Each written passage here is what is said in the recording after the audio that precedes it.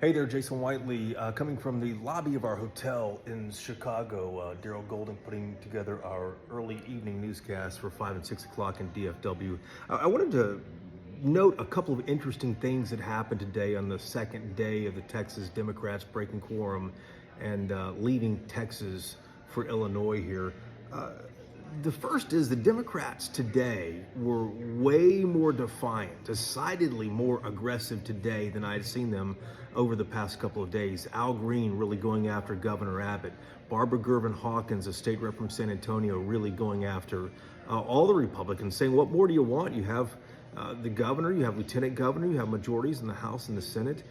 Quite interesting. They also appeared alongside the DNC chair, Ken Martin, who came to Chicago to support them today, and the governor of Illinois, J.B. Pritzker. And what I thought was interesting about Pritzker when he was up at the podium talking to reporters, he was asked several times, the Democratic governor of Illinois asked several times, listen, we see what's happening in Texas. Are you, as a Democrat in charge of Illinois, will you commit to redistricting?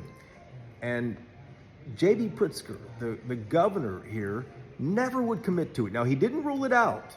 But he never would commit to it. I thought that was interesting. So I asked some Democrats, what do you make of this? Texas is moving forward with this whenever you guys get back. I don't see any way they don't.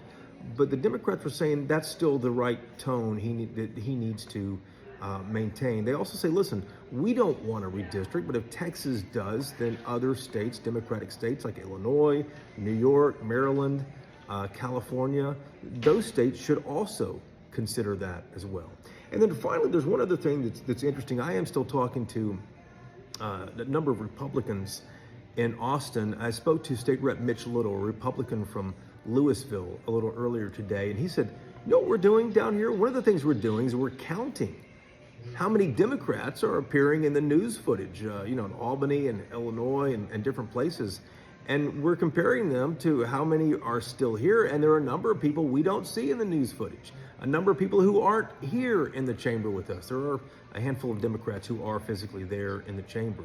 So he says, listen, Republicans think we might be closer to getting a quorum. And the civil arrest warrants you may have heard about, the civil arrest warrants are being picked up and taken out by state troopers who are looking for a handful of the missing Democrats who aren't in Illinois, who haven't been seen in Illinois, I should say, Republicans tell me, and who haven't been seen in Albany and elsewhere. So there could be something interesting developing there. We do not know, though, how many, if any, still remain in Texas.